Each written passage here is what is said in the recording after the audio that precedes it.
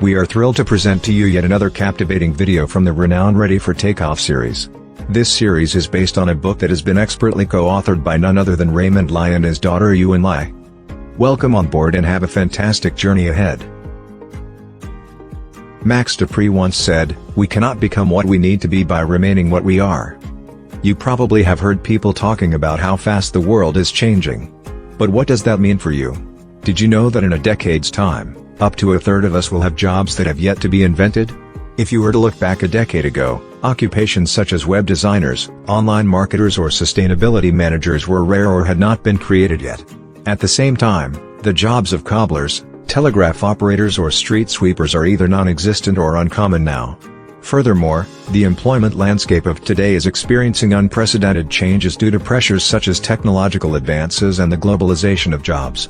That is our reality, and all of us will, therefore, need to learn how to accept change and be willing to adapt to the new order of things. The following are a few thoughts on adapting to change, for you to consider. 1. Be open to change. Ever noticed how during team meetings or brainstorming sessions with your coworkers, there are those whose standard response to new ideas is, "That is how we always do it," or "If it isn't broken, why fix it?" You can choose to go along with that, or you can choose to challenge conventions that few others would dare take on. Change is hard work, particularly when you also have to work on persuading others to come along with you on the journey of change. Nevertheless, all your efforts will eventually pay off as you get to develop new skills, help others and add another notch to your resume. As you become more competent at dealing with challenges, you will find yourself welcoming change as opportunities to learn and grow. 2. Strive for excellence. Adapting to change is not just about agreeing to take up a challenge for the sake of trying something new. Rather, it is something that you must also be willing to prepare for, and do whatever it takes to excel at that challenge. Once you have decided to take on a challenge, the next step is to make sufficient preparations before going ahead with it.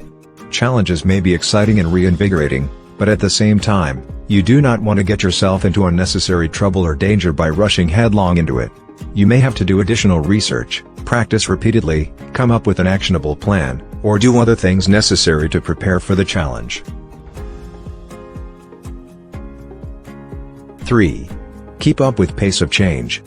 If you do not keep up with the changes around you, then chances are that you will most likely be left behind.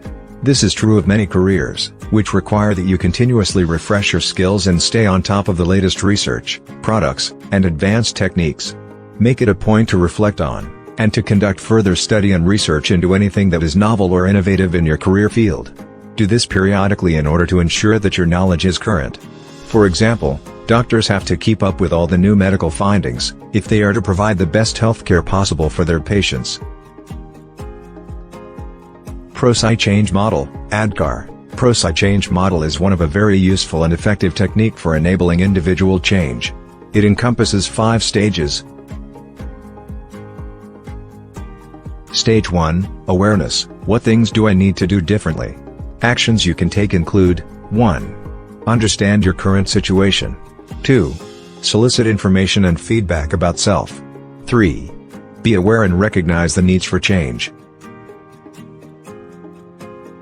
Stage 2, Desire. Why would I need to do things differently? Actions you can take include: 1. Understand the positive and negative impact on you and others. 2. Accept and want the change. Stage 3, Knowledge. What additional knowledge and skills do I need to do things differently? Actions you can take include: 1.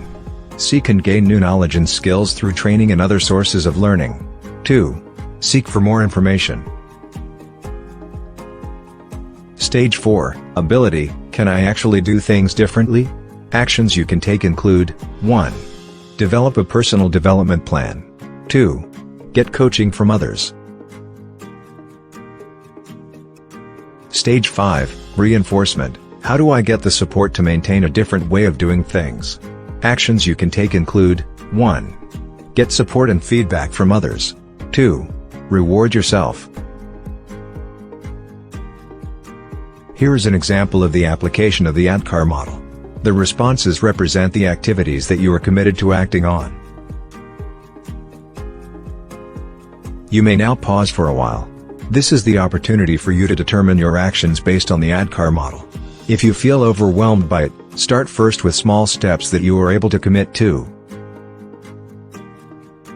In addition, you may wish to experiment with something new, one every week from now onwards. It could be something at home, at work, or in your social interactions.